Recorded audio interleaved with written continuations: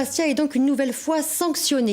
La commission de discipline de la Ligue a suspendu le stade de Fouriani à titre conservatoire. Pas un match ne se jouera à domicile jusqu'à nouvel ordre.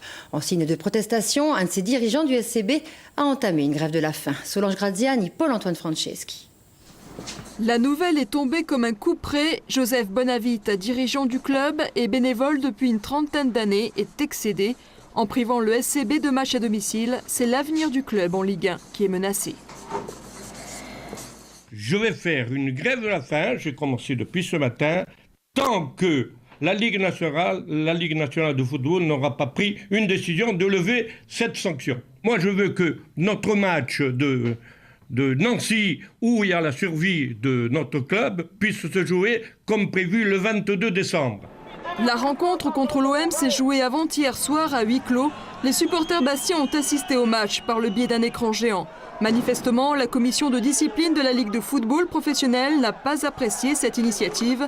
Selon la commission, les supporters auraient utilisé, je cite, un arsenal impressionnant d'engins pyrotechniques, instaurant un climat d'insécurité autour du stade. Sur place, un délégué adjoint de la Ligue s'est plaint d'une brûlure à la jambe. Quand on dit dans un rapport qu'il y avait beaucoup de monde à l'extérieur du stade pendant le match de l'OM, qu'il y avait des fumigènes, qu'il y avait des engins pyrotechniques, on est dans la rue, et ils confondent tout parce qu'ils pensent que ces gens-là étaient là pour nuire à la sécurité des gens, alors que ces gens-là étaient là pour faire la fête et pour démontrer à toute la France et à toute la Corse qu'ils étaient là pour soutenir leur club malgré les décisions injustes qui ont été appliquées. Les dirigeants vont faire appel de cette décision. Ils comptent également saisir le comité olympique pour une conciliation. Mais deux autres procédures disciplinaires mettent en cause le comportement des supporters lors des matchs joués contre Valenciennes et Lille.